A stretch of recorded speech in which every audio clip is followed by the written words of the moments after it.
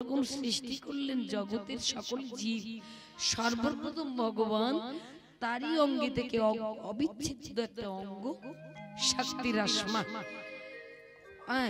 আহ্লাদিনী শক্তি, যেটা হলো রাধা শক্তি।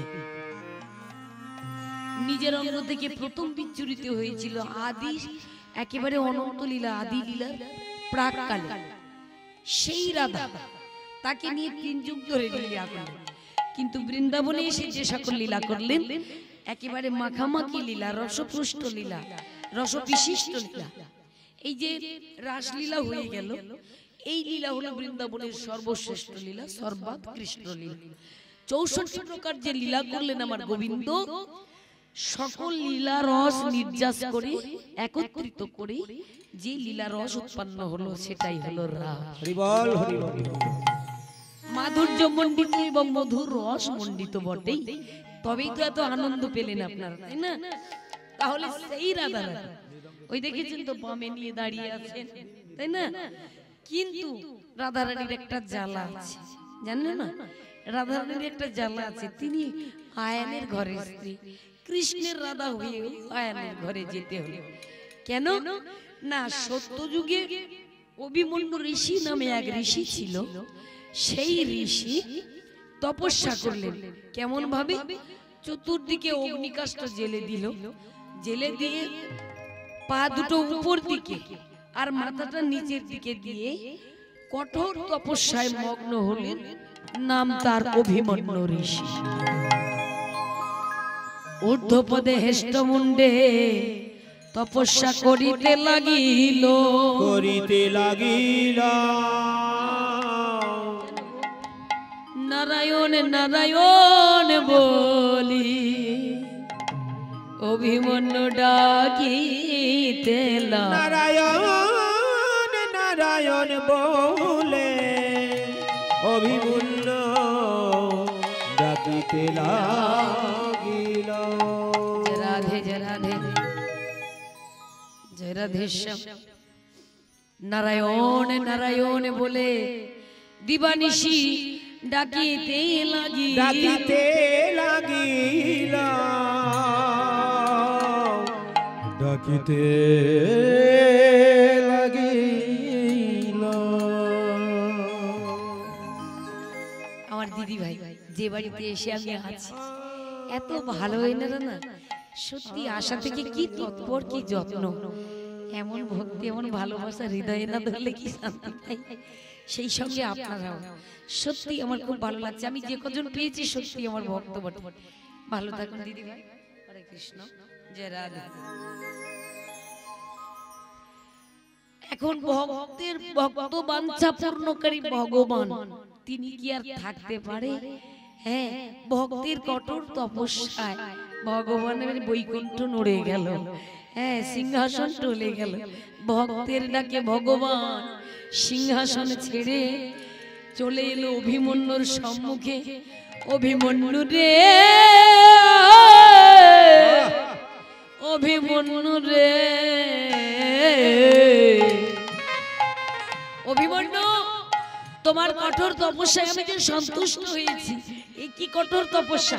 চতুর্দিকে আগুন জ্বলছে, দাবানল জ্বলছে, আর তার মধ্যে তুমি ঊর্ধ্বপদে হেষ্টমুণ্ডে ডাকছো কেন? কি হয়েছে তোমার? বলো, তুমি কি বর চাও?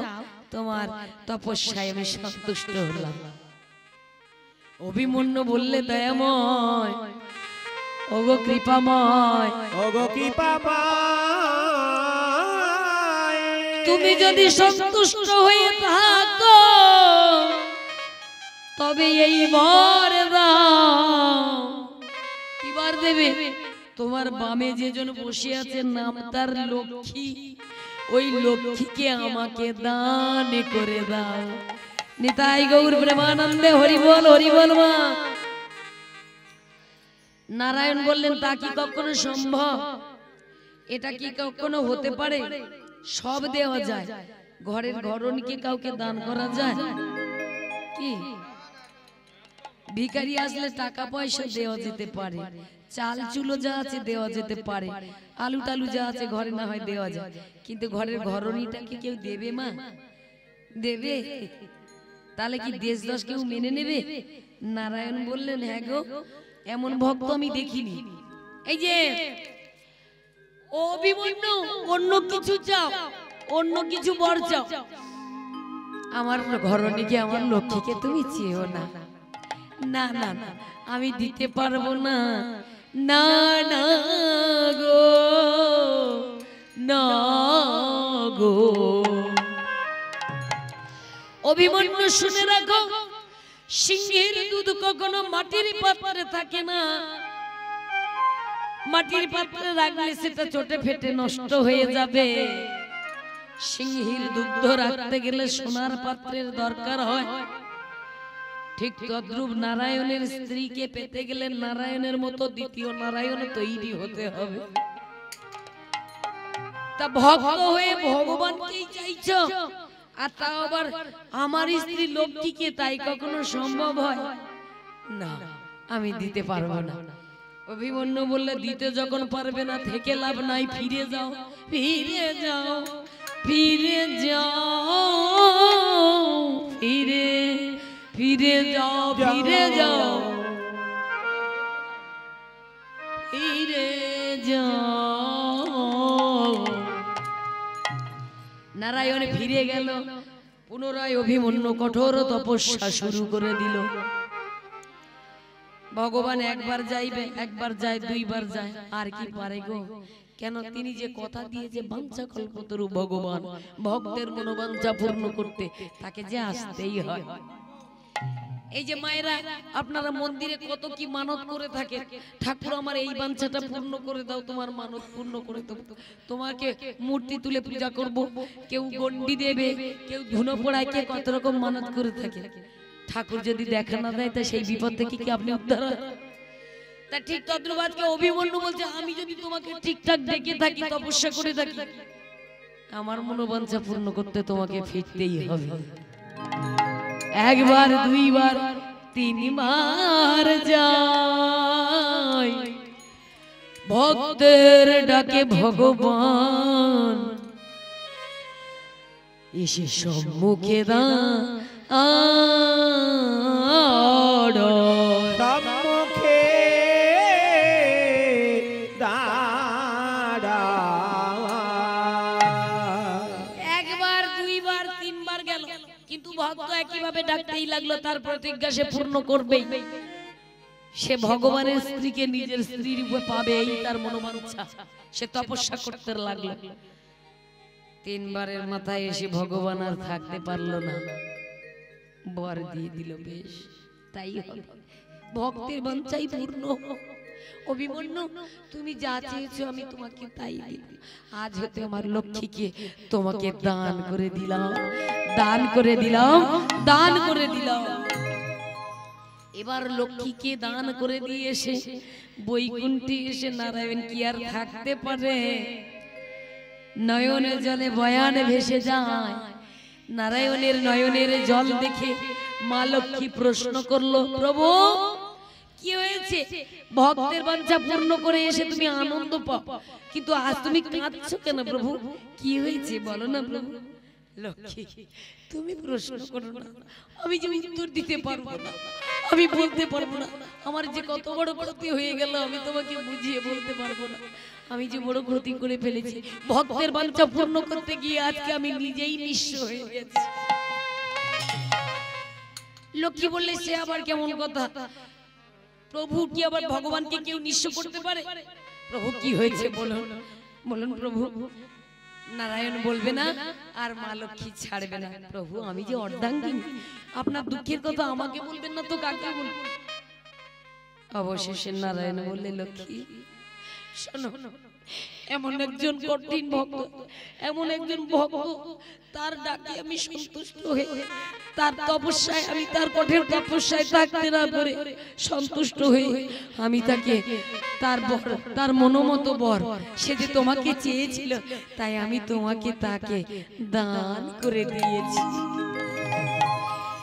বলো না, বলো না, বলো না, বলো না গো, বলো না। বলো না, প্রভু সে কোন ভক্ত, সে কেমন ভক্ত যে আমাকে চেয়ে নেয় তোমার কাছ থেকে ছিনিয়ে নিতে পারে? সে কেমন ভক্ত, কেমন ভক্ত সে? কে সে? নাম তার কি? নাম তার অভিমন্যু ঋষি। এবার ছুটতে ছুটতে চলেছে অভিমন্যুর সম্মুখে। অভিমন্যু, এত বড় স্পর্ধা তোমার, এত বড় স্পর্ধা! তুমি স্বর্গের লক্ষ্মীকে স্ত্রী রূপে পেতে চাও, নারায়ণের কাছ থেকে লক্ষ্মীকে তুমি ছিন্ন করতে চাও, এত বড় স্পর্ধা তোমার? ওরে নরাধম, আমার নারায়ণ তোমাকে বর দিয়েছে, তাই এ যাত্রায় তুমি বেঁচে গেলে। শুনে রাখো, এ জন্ম নয়, এ সত্যযুগ চলে যাবে, আসবে এরপর দাপর যুগ। ওই দাপর যুগে কৃষ্ণ অবতারে আমি হব রাধা, কৃষ্ণের রাধা, আর তুমি হবে, নাম হবে তোমার আয়া। আমি যেদিন তোমার ঘরে যাব, তবে ওই যুগে তুমি পুরুষ হবে বটে, তবে তুমি হবে নপুংসক, নপুংসক, নপুংসক। নিতাই গৌর প্রেমানন্দে হরি বল, হরি বল। যেদিন আমি তোমার ঘরে যাব, সবাই জানবে আমি তোমার স্ত্রী, কিন্তু তুমি যখন আমার ঘরে আসবে, তুমি যে মাতৃসাধক, মাতৃসাধক মা কালীর সাধনা করবে, আয়ান তুমি মাতৃসাধক, আমাকেও ঠিক তদ্রূপ মাতৃজ্ঞানে অঞ্জলি দেবে চরণে। অর্থাৎ তোমার পুরুষোত্তম সেদিন থাকবে না পুরুষোত্তম, তুমি নপুংসক হয়ে জন্ম নেবে। সেই দাপর যুগ আমার রাধারানী এলো আয়ানের ঘরে, আয়ানের স্ত্রী রূপে আয়ানের ঘরে বিয়ে হলো, কিন্তু ভগবানকে সেবা দিতে সেজন ভোলে না। প্রতিটা নিশিতে আজ যেমন রাসলীলা হলো, 4500 বছর ধরে ব্রজে রাসলীলা চলেছে। আমার রাধারানী ওই আয়ানের ঘর থেকে প্রতিটা নিশিতে, প্রতিটা রাত্রি কুঞ্জ মন্দিরে চলে যেত গোবিন্দের সঙ্গে লীলা করবার জন্য। একদিন নয়, 2 দিন নয়, প্রতিটা নিশিতে আজও চলেছে, আজও দিয়েছে। এইবার সারা রাত্রি আজও রাসলীলায় তাণ্ডব নৃত্য করেছে, নাচ গান করে এবার ঘুমিয়ে পড়েছে গোবিন্দের। গোবিন্দকে ভোজলতা জড়ায়ে আপন বক্ষের মধ্যে বধূকে নিয়ে ঘুমিয়ে পড়েছে আনন্দ। কিন্তু ললিতা বিশাখা দেখছে আর নিশি নাই, সকাল হতে চলেছে। রাধারানীর যে শাশুড়ি ননদির ঘর, বড় বঞ্জনার ঘর, তাকে যে তার শ্বশুর বাড়িতে পাঠাতে হবে, তাহলে আর থাকতে দেওয়া যাবে না, জাগিয়ে দিতে হবে, ফাঁকা হয়ে যাচ্ছে তো।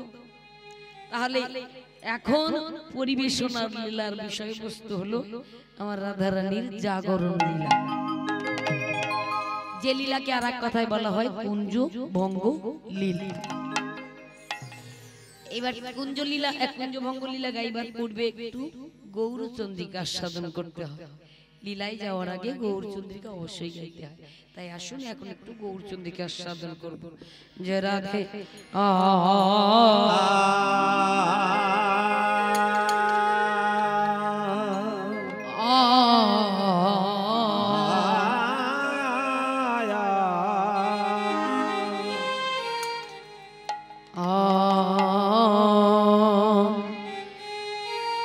কিবা সত্যি আছে গোরা,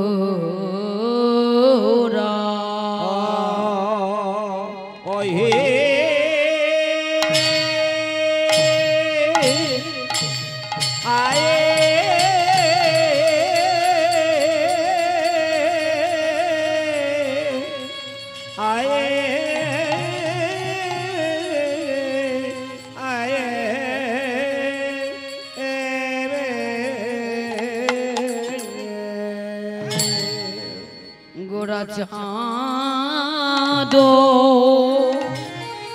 ও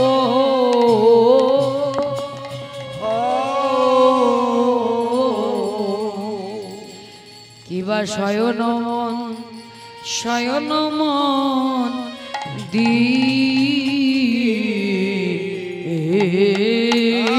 রে আয়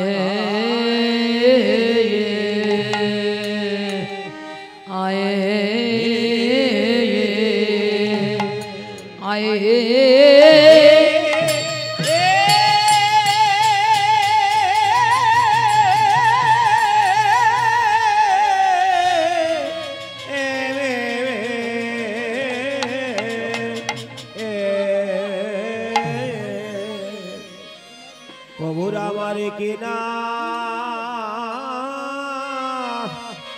ভাবে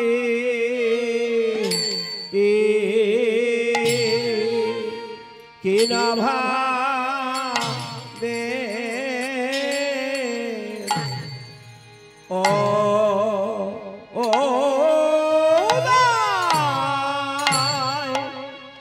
ও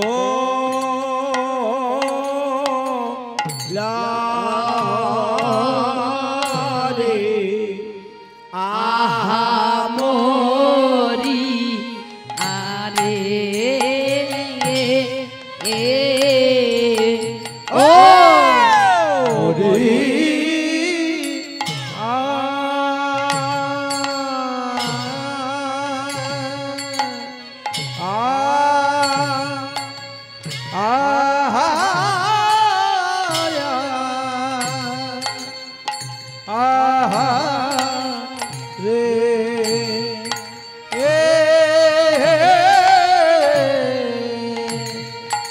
প্রভু রাম কি না ভাবে এ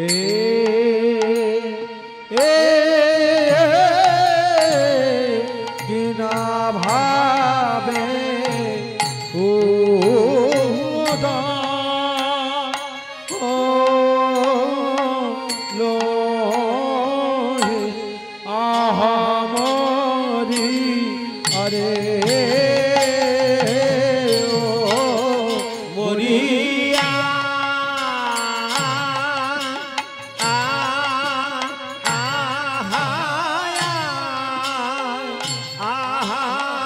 আরে এ প্রভু আমার কে না ভাবে এ কিনা ভাবে উদয় হলো রে আহা মরি আরে মরিয়া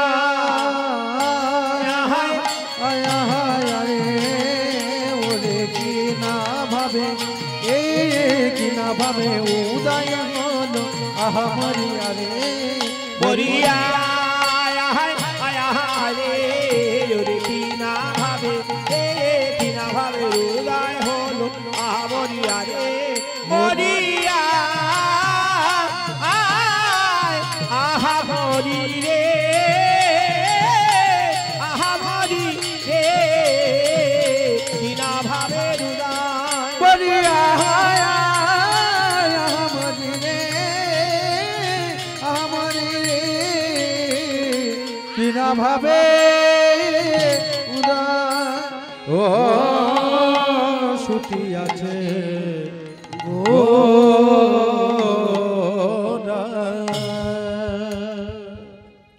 জয় রাধে শ্যাম জয় রাধে কিবা ছুটি আছে গোরা আ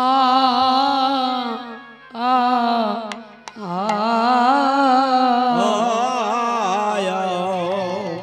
অগসতি আছে গোরা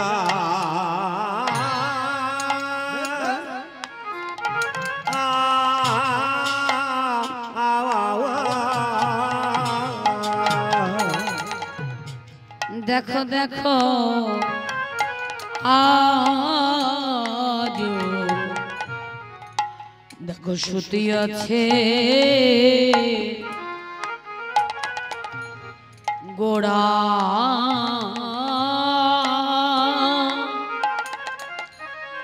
আ আ আ ছুটি আছে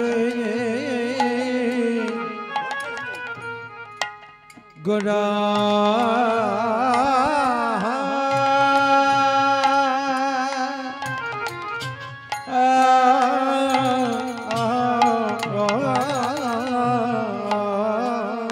ওগো ছুটি আছে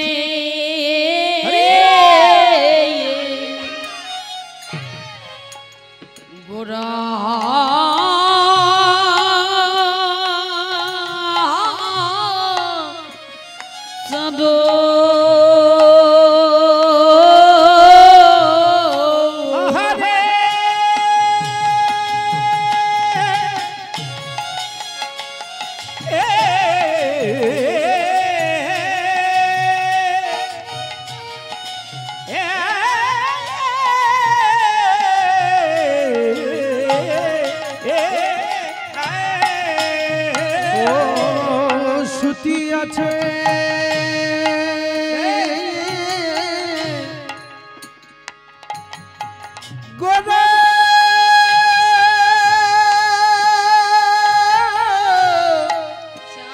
চাঁদর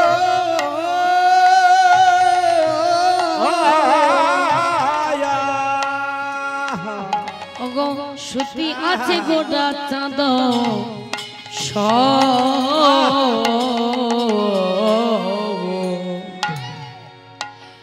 ওগো শয়ন মন্দিরে ও সুতি আছে গোরা চাঁদর সুতি আছে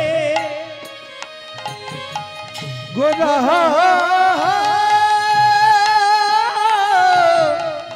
চাঁদর সুতি আছে গোরা চাঁদর সয় ওগো সয় নম দিরে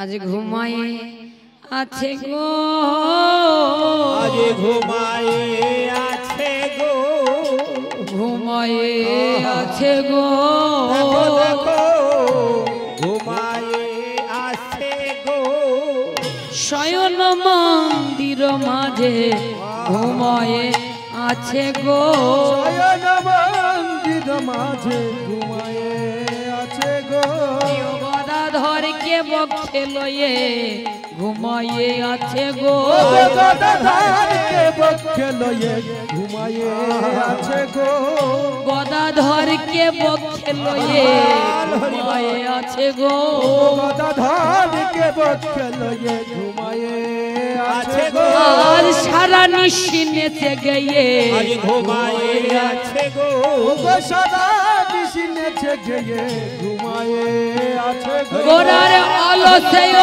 বসে তন ঘুমায়ে আছে গো অলসে বসে তনু ঘুমায়ে আছে গো আর অলসে বসে তন ঘুমায়ে আছে গো ও গয়ালতে বসে তনু ঘুমায়ে আছে গো আয় দেখে যা দেখে যা দেখে যা দেখে যা এমন দিন আর হবে না গো তোরা দেখে যা দেখে যা এমন দিন আর হবে না গো দেখে যা দেখে যা আমার প্রভুর শয়ন বিলাস দেখে যা দেখে যা ও গো আমার প্রভুর শয়ন বিলাস দেখে যা দেখে যা আরে ভাগ্য হয় বা না হয় দেখে যা দেখে যা ও গো আর ভাগ্য হইব না আমার প্রভুর শয়ন বিলাস আর ভাগ্য হইব না আমার প্রভুর শয়ন বিলাস আর ভাগ্য হইব না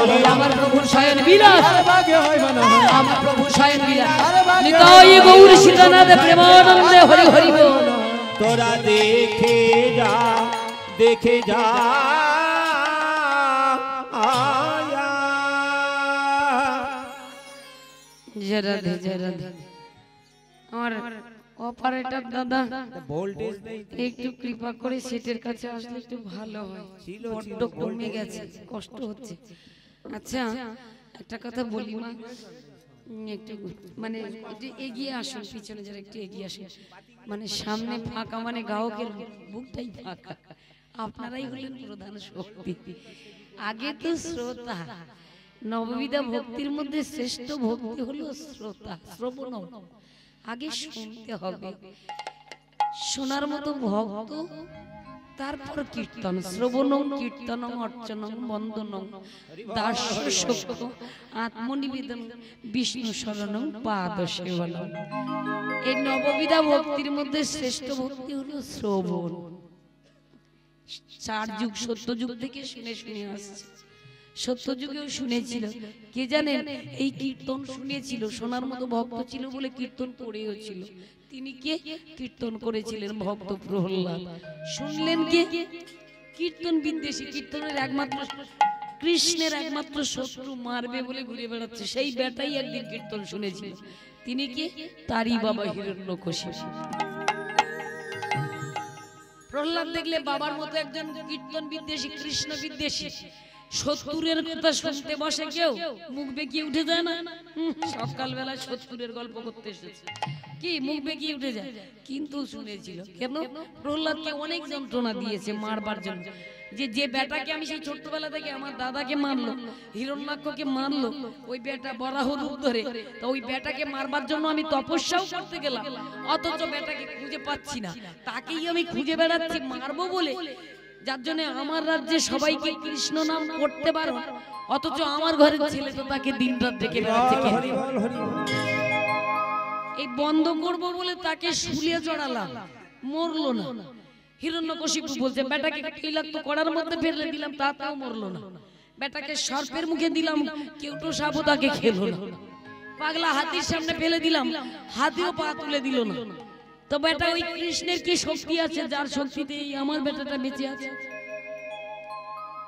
ওই কৃষ্ণ বেটার এমন কি শক্তি যার নাম করে আমার বেটাটাকে মারতে পারছি না, এত চেষ্টা করছি? হ্যাঁ, কি শক্তি আছে? একদিন প্রহ্লাদকে বলছে, হ্যাঁ রে, তোকে এত চেষ্টা করলাম মারবার জন্য, কত নির্যাতন করলাম, এরকম করলে কবেই মরে যায়, একটা গলা টিপে দিলে 5 মিনিটে মরে যায় মানুষ, আর তোকে এত অত্যাচার করলাম তুই মরলি না। বলছে বাবা, কৃষ্ণ যাকে বাঁচায় তাকে কি কেউ মারতে পারে? এ জগতে রাখে হরি, মারে কে? বলিস কি রে, কৃষ্ণই তোকে রেখেছে, তা তোর কৃষ্ণ কোথায় থাকে? বল তোর কৃষ্ণ কোথায় থাকে? প্রহ্লাদ বললে, বাবা কৃষ্ণ কোথায় না থাকে? কি বললি? কৃষ্ণ কোথায় না থাকে তার মানে সর্বত্র? বলছে হ্যাঁ বাবা, তিনি অনলে থাকে, তিনি অনিলে থাকে, তিনি স্থাবরে থাকে, জঙ্গমে থাকে, তিনি কৃমি কীটের মধ্যেও থাকে, লতা গুল্মের মধ্যেও থাকে, সর্বজীবের মধ্যে তিনি বিরাজ, তিনি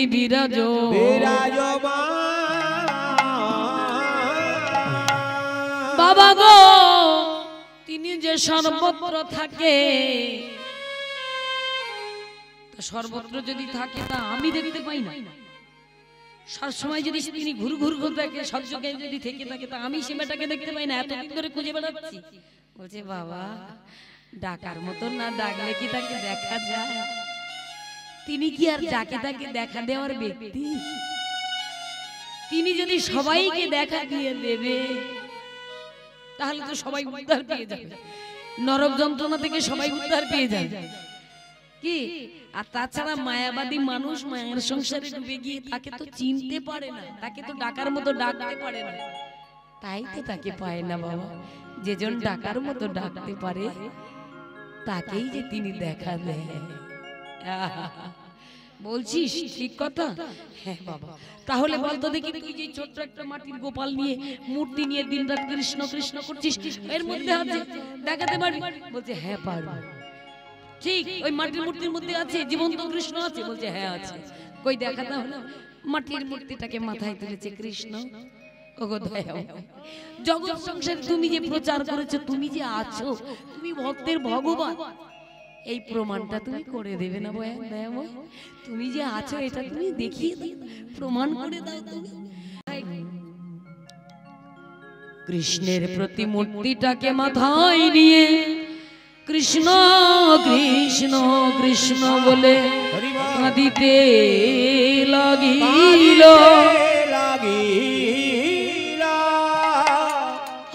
কৃষ্ণ কৃষ্ণ বলে প্রহ্লাদ কাঁদিতে লাগিল। তথাপি কৃষ্ণ যখন দেখা না দিল, অধৈর্য হিরণ্যকশিপু বললে, বেটা মাটির মূর্তিটা নিয়ে তুমি খেলা করছো, আমাকে বোকা সাজাচ্ছ, দেখাচ্ছি মজা। এই বলে মাথার উপর থেকে কৃষ্ণের মূর্তিটা নিয়ে মাটিতে আছাড় মেরে দিল। মাটির মূর্তিটা ভেঙে টুকরো টুকরো হয়ে গেল, আর সঙ্গে সঙ্গে ওই ভাঙা মূর্তি থেকে ভয়াল ভয়ঙ্কর রূপ, অর্ধেকটা নর আর অর্ধেকটা সিংহ বেরিয়েছে।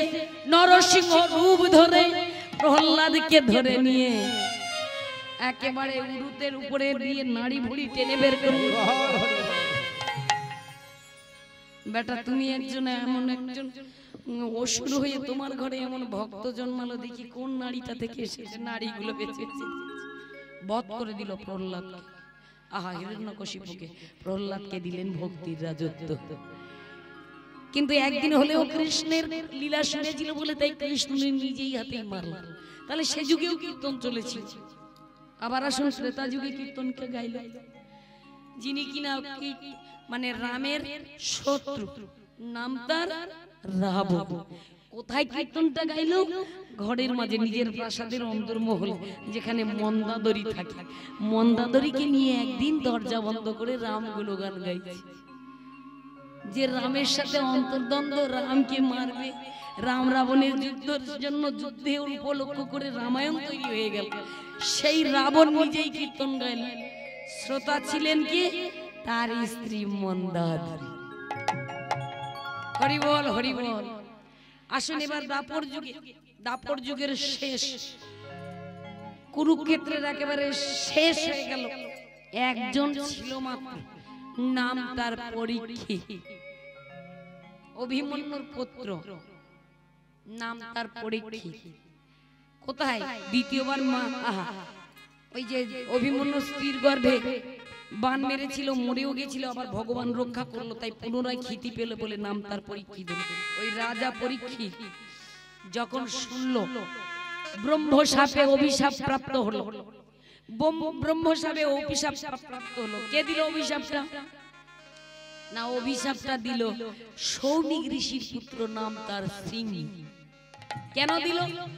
ওই রাজা গিয়েছিল বনে পরিব্রাজন করতে, বনে ঘুরতে গেছিল শিকার করতে। এখন শিকার করতে গিয়ে ঘুরতে ঘুরতে বড় তৃষ্ণার্ত হয়ে গেছে, একটু জল খাবার জন্য এসেছিল সৌমিক ঋষির আশ্রমে। সৌমিক ঋষি তখন ভগবানের তপস্যায় মগ্ন, তপস্যা করছে বসে বসে। তা তপস্যায় মগ্ন আছে, এদিকে তৃষ্ণার্ত রাজা গলাটা শুকিয়ে যাচ্ছে, একটু জল চাইবার জন্য মহারাজ ঋষির কাছে গেছে। ঋষিবর একটু একটু জল দিন না ঋষিবর, আমি যে বড় তৃষ্ণার্ত, একটু জল দিন। কিন্তু মহারাজ সৌমিক ঋষি তখন ধ্যানে মগ্ন, দিল না জল। এখন তৃষ্ণা থাকলে বা পেটে খিদা থাকলে তখন কিন্তু মাথা ঠিকঠাক কাজ করে না, করে যাই হোক একটা করে বসে খিদের চোটে। ওই জন্য বলে না, ঘরে যদি কেউ রেগে মেগে না খেয়ে থাকে বলে বাবা আগে দুটো খেয়ে গেলে, বাবা পেটে দুটো দিলে রাগ সব চলে যাবে, তাই না বলেন তো? পেটে যদি থাকেও রাগ ফাগ সব চলে যাবে, বাবা যে কোনো প্রকারের দুটো ভালোবেসে খাইয়ে দেবে। কেন? পেটে খিদে থাকলে বড় জ্বালা, তৃষ্ণা আর ক্ষুধার জ্বালা বড় জ্বালা। তা ওই তৃষ্ণার জ্বালায় তার হৃদয়ের জ্ঞান থাকলো না, সুযোগ পেল কে? কলি। এই সুযোগটা ধরলো মহারাজ ধার্মিক, কিন্তু মনে এখন দুষ্টুমি অর্থাৎ হিংসা, রাগ এসেছে। আমি কলি এই সময় ভর করব। কোথায় ভর করলো? মাথায়। কি ছিল মাথায়? সোনার মুকুটটা।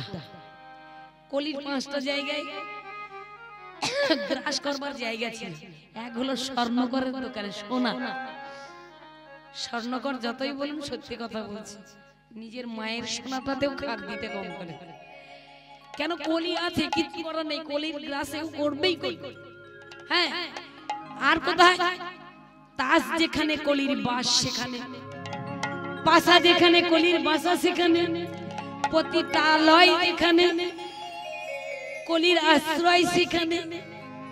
ক জায়গা হলো? তাস, পাশা, আচ্ছা মদ্যপান, মদ খাই যেখানে, এই 3। আচ্ছা পতিতালয় 4, আর এক হলো সোনা। তাহলে রাজা পরীক্ষিতের মাথায় ছিল সোনার মুকুট, ওইখানে গিয়ে কলি গ্রাস করলো। মহারাজ তোমাকে যদি গ্রাস করতে পারি, সবাইকে গ্রাস করতে আমার সময় লাগবে না। মহারাজের মাথায় যখন গ্রাস করলো, মহারাজ হিতাহিত জ্ঞান শূন্য হয়ে গেল। জ্ঞান শূন্য হয়ে সম্মুখে দেখলে একটা মরা সর্প পড়ে আছে। গিয়ে ওই সর্পটাকে তুলে নিয়ে এসে দিয়েছে ঋষির গলায়। তোমাকে চরম শিক্ষা দিলাম, একজন অতিথি ঘরে আসলে তাকে যত্ন করতে হয়, তা না করে তুমি ধ্যানে মগ্ন, তোমাকে শিক্ষা দিয়ে গেলে। মৃত সর্পটা গলায় জড়িয়ে দিয়ে চলে গেল। এমন সময় সৌমিক ঋষির একজন শিষ্য, নাম তার গৌরমুখ, সে ছুটেছে সিংহীর কাছে, যিনি হলেন সৌমিক ঋষির ছেলে। সিংহী, ও সিংহী, তুই এখানে খেলা করছিস, আর ওই দেখ ওদিকে তোর বাবার গলায় কে যেন মৃত সর্প একটা জড়িয়ে দিয়ে গেছে, চল দেখবি চল। ছুটতে ছুটতে গিয়ে দেখলো সিংহী বাবার গলায় মরা সর্প জড়ানো। বাবা, আহা, বাবার গলায় এমন করে যখন সর্প জড়িয়ে দিয়েছে, যে মূর্খ এই কাজটা করেছে আমি অভিশাপ করলাম, যে সর্পটা জড়িয়ে দিয়েছে 7 দিনের মধ্যে ওই সর্প দংশনে তার মৃত্যু হবে, মৃত্যু হবে, মৃত্যু হবে। নিতাই গৌর প্রেমানন্দে হরি বল, হরি বল। যেই না অভিশাপ দেওয়া হয়ে গেল, এমন সময় সৌমিক ঋষির ধ্যানটা ভেঙে গেল। চিৎকার করলে, সিংহী, ও সিংহী, তুই কি কাজ করলি বাবা? কেন দিলি অভিশাপ? কেন এই কাজ করলি বাবা? ওরে, তিনি যে একজন ধার্মিক রাজা, শুধু কি রাজা, শশাগড়ার পৃথিবীর মালিক, তিনি যে একজন ধার্মিক, তিনি ন্যায়ের প্রতিপালক। দোষটা যে তার ছিল না রে সিংহী, দোষটা তার ছিল না রে বাবা। তিনি যে তৃষ্ণার্ত, তার কি অপরাধ ছিল? সে তো একজন জল চাইতেই পারে কারোর কাছে, তার যে অপরাধ ছিল না। অপরাধ যদি হয় আমার, কেন? আমি ভগবানের ধ্যানে মগ্ন ছিলাম। অতিথি যে নারায়ণ, একথা ভুলে গিয়েছিলাম। আমি সেই নারায়ণের তপস্যায় বসেছিলাম, কিন্তু এই অতিথিটাকে জল দিলে যে আমার নারায়ণও সন্তুষ্ট হবে, এটাও আমি ভুলে গিয়েছিলাম। কিন্তু তার জন্য সে কেন দায়ী হবে? তুই কেন এই অভিশাপ দিলি? সিংহী বলে, বাবা, এ জগতে সব ফেরানো যায়, দুটো জিনিস ফেরানো যায় না। এক হলো মুনির সাপ, আর দ্বিতীয় হলো মনস্তাপ। কি মা, মনের দুঃখে কেউ যদি কাউকে অভিশাপ করে যে তোর পুষ্পবৃদ্ধি হবে, তা হবেই হবে। কেন? মনের কষ্টটা বড় কষ্ট। খোকা রে, মনের দুঃখ পেয়ে যে সাপ দিলি, অভিসম্পাদ করলি, মুনির সাপ কখনো লঙ্ঘন হবে না। কিন্তু যাকে অভিশাপ করলি সে তো জানতে পারলো না। যা একবার জানিয়ে দিয়ে আয়, সে যে 7 দিনের মধ্যে মারা যাবে, একবার তাকে জানিয়ে দিয়ে আয়। যা বাবা, বিলম্ব করিস না। শোন, যে এসেছিল সে হলো এই যুগের রাজা, একজন ধার্মিক ন্যায়পরায়ণ রাজা, নাম তার রাজা পরীক্ষিত। যা, তাকে খবরটা দিয়া, মৃত্যু সংবাদটা দিয়া, সুসংবাদটা দিতে পারলি না, তার মৃত্যু সংবাদটা দিয়া যা বাবা, যা। ছুটেছে তাড়াতাড়ি করে সিংহের কাছে, আহা, পরীক্ষিতের কাছে। মহারাজ, মহারাজ, মহারাজ। ওদিকে মহারাজ পরীক্ষিত ততক্ষণে ঘরে চলে এসেছে। নিজ প্রাসাদে এসে মাথার মুকুটটা, সবই সোনার মুকুটটা খুলে সিংহাসনের উপরে রেখেছে। যেই না রেখেছে, কলি নেমে গেল। কলি ছিল এতক্ষণ, এবার কলি নেমে গেল।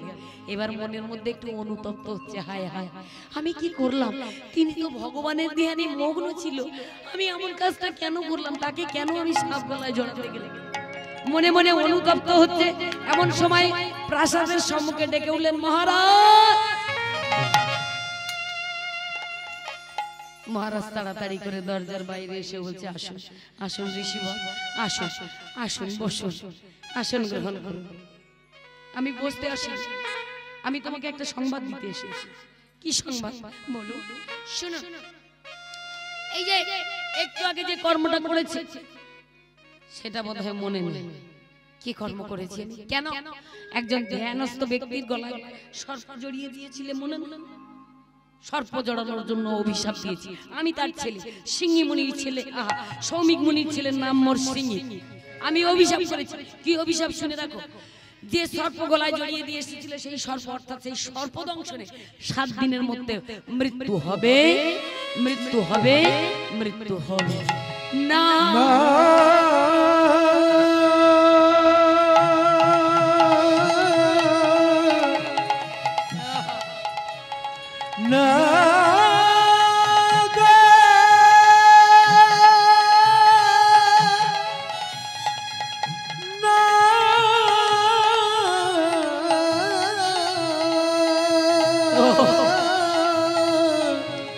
তুমি এমন করে বলো না, বলো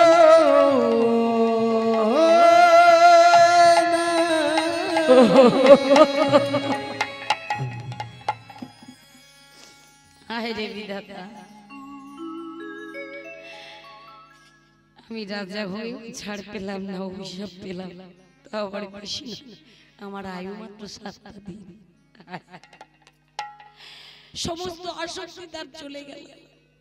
7 দিনের মধ্যে যদি মারা যাব, তাই ধরো এই রাজ্য, এই রাজত্ব, এই সিংহাসন কি হবে আমার? সব আসক্তি তার ভিতর থেকে চলে গেল।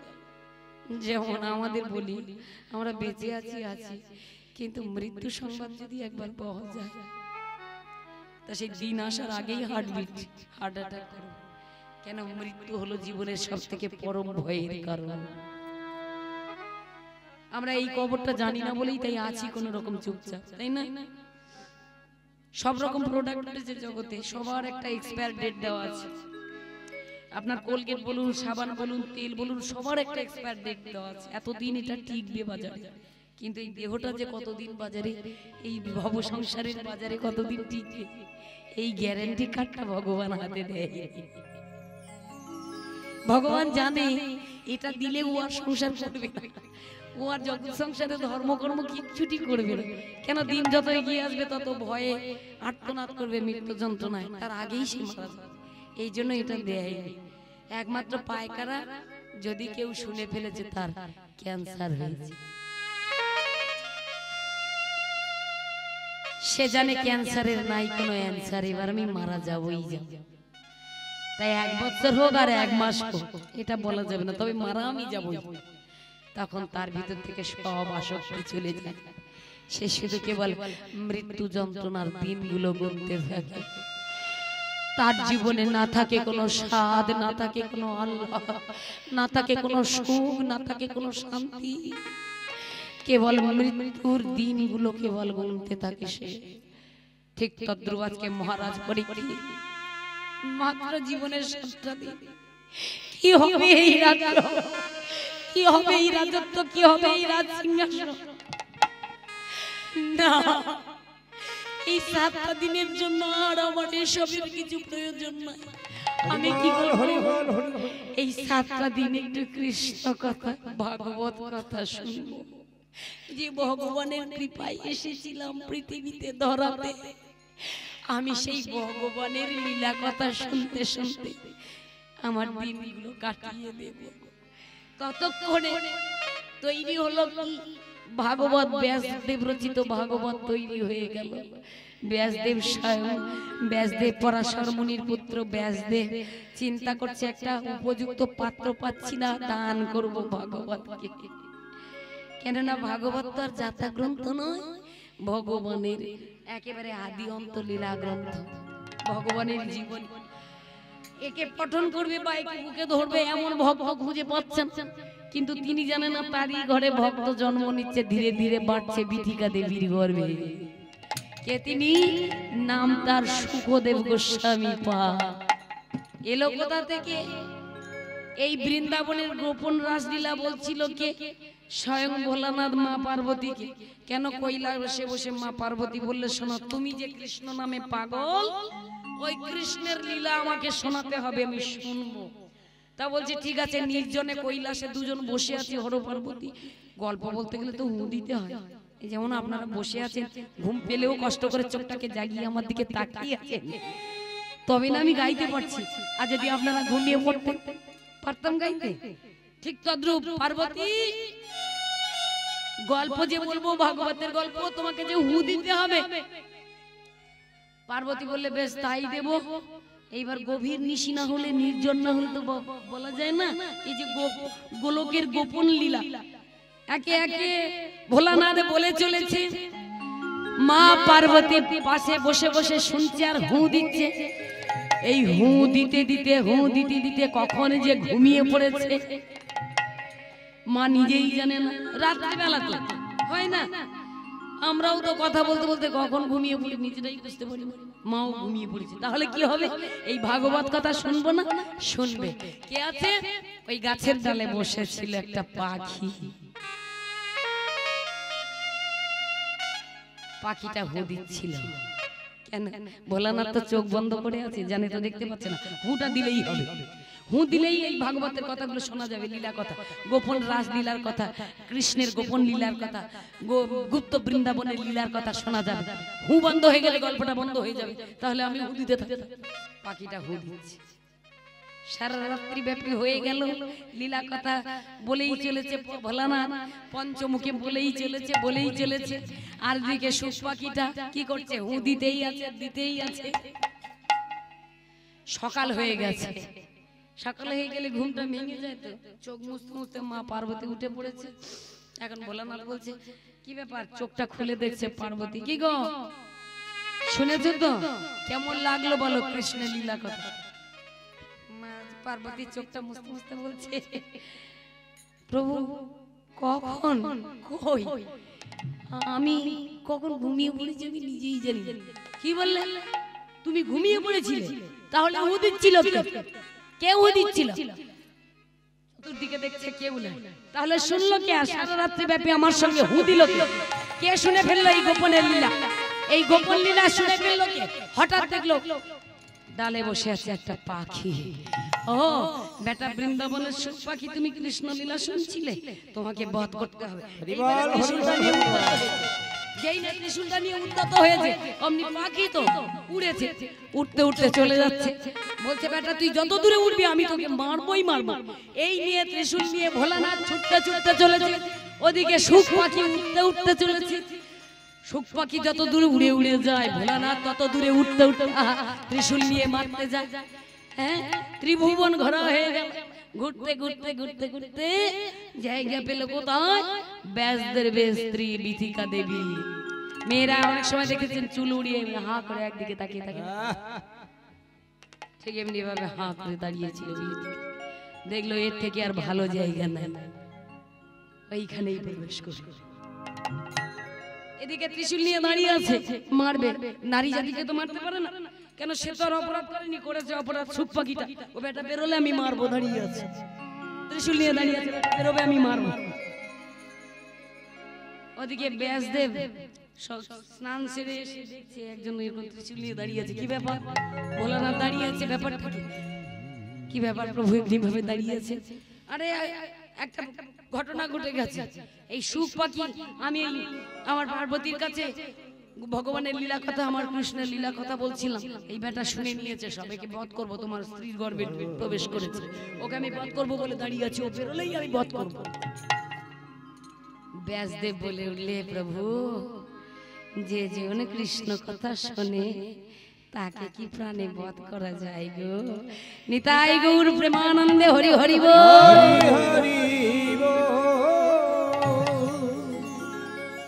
কৃষ্ণ নাম মহানাম বড়ই মধুর, যে জন এ নাম শ্রবণ করে সে বড় চতুর। না না না না না গো, ফিরে যাও ভোলানাথ, ফিরে যাও, ফিরে যাও গো। যে জন ভাগবত কথা শ্রবণ করে, ভগবানের লীলামৃত আস্বাদন করে, তারে কি কেউ মারতে পারে?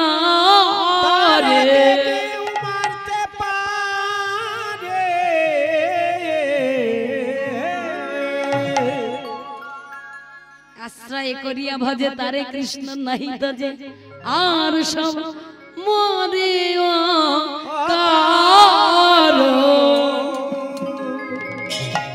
সে যে আশ্রয় করে ফেলেছে তাকে বধ করা যাবে না, আপনি ফিরে যান।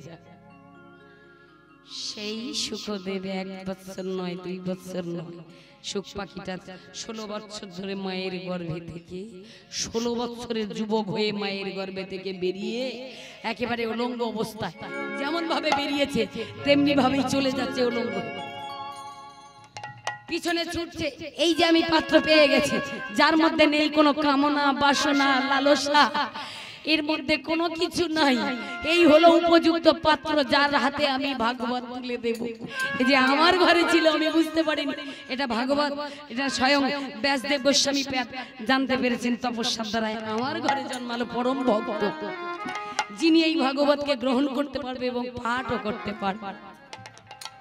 ওদিকে সমুদ্রে রবণীগণ স্নান করছে, সরোবর চলে যাচ্ছে, দেখে দণ্ডবোধ করছে, অথচ পিছনে ব্যাসদেব গোস্বামীকে দেখে লজ্জায় তারা ঘোমটা দিল। ব্যাসদেব গোস্বামীর প্রশ্ন করলো, হ্যাঁ গো, এই আমার ছেলে যুবক, সে উলঙ্গ অবস্থায় চলে যাচ্ছে, তাকে দেখে তুমি ঘোমটা দিলে না, তোমরা ঘোমটা দিলে না, আর আমাকে দেখে ঘোমটা দিচ্ছে। রমণীগণ বলে উঠলেন, শুনুন, আপনার ছেলের মধ্যে কামনা বাসনা কিছুই না, না আছে সাংসারিক লালসা, না আছে কোনো কামনা, না আছে কোনো বাসনা। এমন পরম বৈষ্ণবকে দেখে শ্রদ্ধা ভরে প্রণাম করতে ইচ্ছে করে। আপনাকে দেখে লজ্জা পাবো না কেন? আপনি তো সংসারী, বিবাহ করেছেন, তাহলে আপনাকে দেখে তো লজ্জা পাওয়া উচিত। আরো পরিষ্কার হলো, বেশ, এইটাই হলো আমার উপযুক্ত পাত্র, চলো কত দূরে যাবে। দেখা গেল সুখদেব গোস্বামী পাদ যেতে যেতে যেতে যেতে ক্ষীরোদ সাগরের তীরে চলে গেল। ডাকা হলো বহু বহু মুনি মানবদের, সবাই একত্রিত হয়ে একটা সভা বসলো, সেখানে বসে পাঠ করছে শুকদেব গোস্বামী পাদ, ব্যাসদেব রচিত ভাগবত। শুনছে কে? রাজা পরীক্ষিত, যিনি কিনা 7 দিনের মধ্যেই মারা যাবে।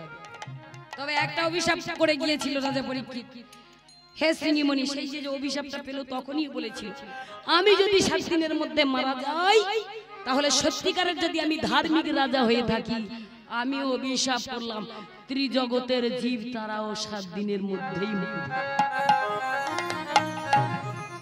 7 দিনের মধ্যে মারা যাবে, 7 দিনের মধ্যে মারা যাবে, 7 দিনের মধ্যে মারা যাবে।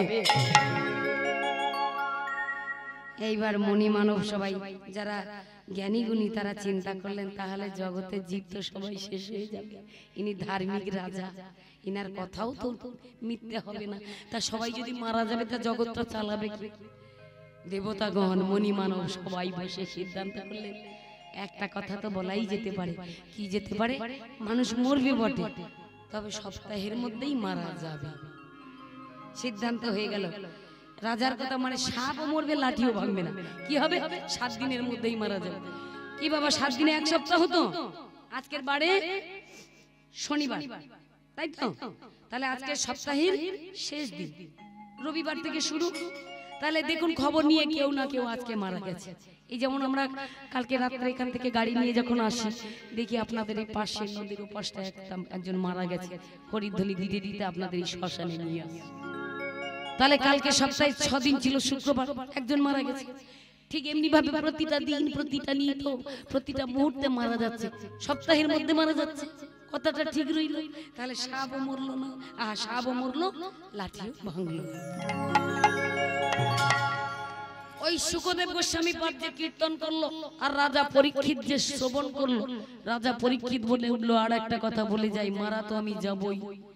আজ হতে এই যে কীর্তনের সভা বসলো, এখন থেকে যতদিন জগতে মানুষ থাকবে ততদিন মৃত্যু যন্ত্রণায়, আমার মতো মৃত্যু ভয় যারা করবে, আমার মতো মৃত্যু যন্ত্রণায় যারা ছটফট করবে, সংসার রূপ যন্ত্রণার, সংসার রূপ রঙ্গমঞ্চের মধ্যে প্রতিটা নিয়ত মানুষ জ্বালা যন্ত্রণায় ভুগছে। এ সকল জ্বালা যন্ত্রণা থেকে মুক্তি পেতে, এ সকল কষ্ট হতে মুক্তি পেতে মানুষ হরিবাসরে ছুটে আসবে।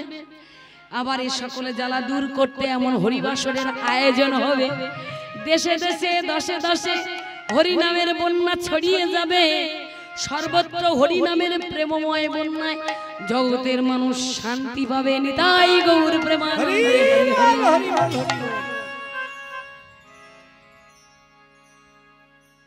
এমনি এমনি এত কিছু আয়োজন, লাখ লাখ টাকা। তাহলে সবাই মিলে সেই নাম একবার বলি, একটু সবাই মিলে একটু হরি নামে একবারে বলো না,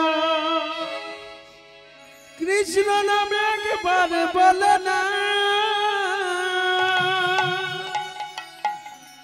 এই হরি নাম জপ অবিরাম, এই নাম জীবনের সাধনা।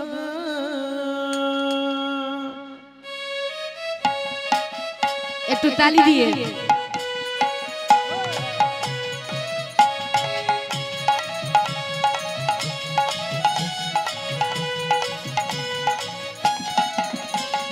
হরি নাম একবারে বলো না, কৃষ্ণ নামে একবারে বলো না, এই হরি নাম জপয়া বিরাম, এই হরি নাম জপয়া বিরাম, এই নাম জীবনের সাধনা, এই নাম জীবনের সাধনা। হরি নাম হরি নাম হরি নাম একবারে বলো না, কৃষ্ণ নাম একবারে বলো না, এই হরি নাম জপয়া বিরাম, আর এই হরি নাম জপয় অভিরাম, এই যে মোর জীবনের সাধনা, এই যে মোর জীবনের সাধনা।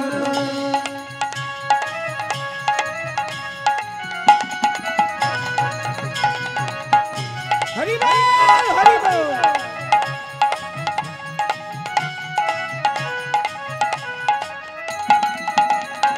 পৃথিবীতে সব কিছু রাবে, একদিন ছেড়ে চলে যাবে, পৃথিবীতে সব কিছু রাবে, একদিন সবই চলে যাবে, পৃথিবীতে সব কিছু যাবে, একদিন ছেড়ে চলে যাবে, পৃথিবীতে সব কিছু রাবে, একদিন ছেড়ে চলে যাবে, সুন্দর গাড়ি সুন্দর গাড়ি, সুন্দর গাড়ি, সুন্দর নারী, সঙ্গে কিছুই যাবে না, না, না, না, না।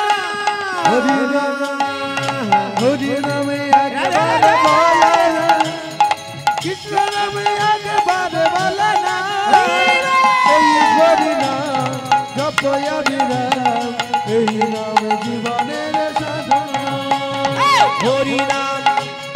হরি নাম একবারে বলো না, কৃষ্ণ নাম একবারে বলো না, এই হরি নাম জপয় অভিরাম, এ যে মোর জীবনের সাধনা, এ যে মোর জীবনের সাধনা।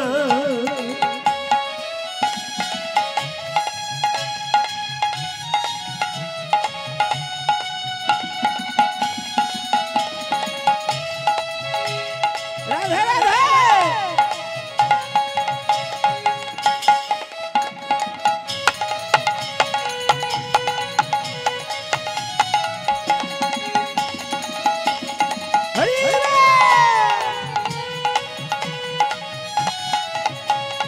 হরি হরি বল ভাই রে, হরি নামে ছাড়া গতি নাই রে, হরি বলো ভাই রে, হরি নাম ছাড়া গতি নাই রে, হরি বল ভাই রে, হরি নামে ছাড়া গতি নাই রে, হরি বলো ভাই রে, হরি নামে ছাড়া গতি নাই রে, সুন্দর গাড়ি, সুন্দর বাড়ি, সুন্দর গাড়ি, সুন্দর বাড়ি, সঙ্গে কিছুই যাবে না, না, না, না, না।